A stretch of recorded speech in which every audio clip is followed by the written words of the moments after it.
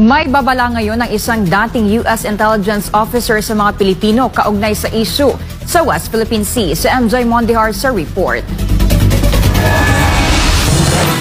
Nagsama-sama kamakailan ang mga anti-war advocates sa US para bigyang babala ang mundo sa nakaambang nuclear Armageddon. Sa press conference na inorganisa ng Schiller Institute, isa-isang pinalawanag ng mga eksperto at dating mga opisyal ng US government kung gaano kadelikado ang nuclear war. Kabilang sa mga tinalakay ang magiging parte ng Pilipinas kung sumiklab man ang digmaan gamit ang issue sa West Philippine Sea. Para kay Scott Ritter, isang dating US Marine Corps intelligence officer, ginagamit lamang ng Amerika ang Pilipinas laban sa China.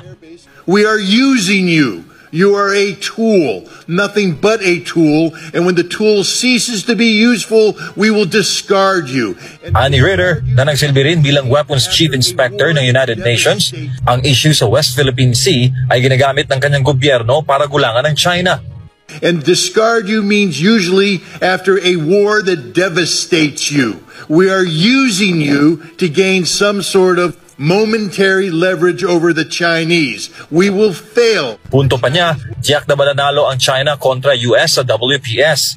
At ang kawawa dito, ang mga walang kamalay-malay na Pilipino.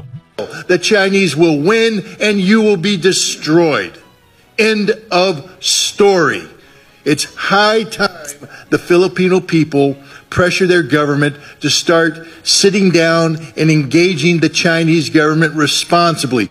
Nakasandal ngayon ang Philippine government sa anyay ironclad na ugnayan ito sa US government. Katunayan, sa administrasyon ni Pangulong Bongbong Marcos Jr., lalong dumami ang mga EDCA site ng Amerikano sa mga military bases ng Pinas. Lahat ito nakatutok sa direksyon ng China. The United States cannot fight and engage China and win. We will not beat the Chinese. We cannot beat the Chinese, and we know this, and yet we're using the Philippines to create the conditions of potential conflict with the Chinese. Please understand that for the Filipino people, this is a recipe for disaster. You think America is your friend. Payo naman ni Ritter sa Philippine government, huwag magpauto dahil walang pakialam sila mga Amerikano sa ating mga Pilipino. Sa totoo lang, hanggang ngayon, nananatiling mababa ang tingin nila sa atin, mga lahing sinakop at inalilan nila sa mahabang panahon.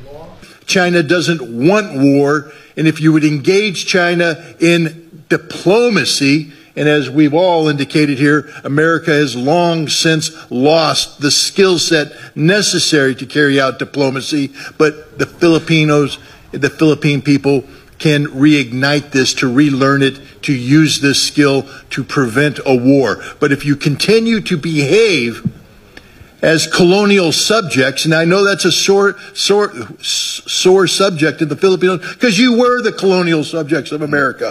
We still view you as our colonial subjects. We don't like you, we don't care about you, we just want to use you. Grow up. Grow up and act responsibly. Take control of your own future. America is not here to help you. America is here only to use you until there's nothing left, and then we will discard you on the trash heap of history. Para sa Diyos sa Pilipinas kong mahal, MJ Mondihar, SB9 News.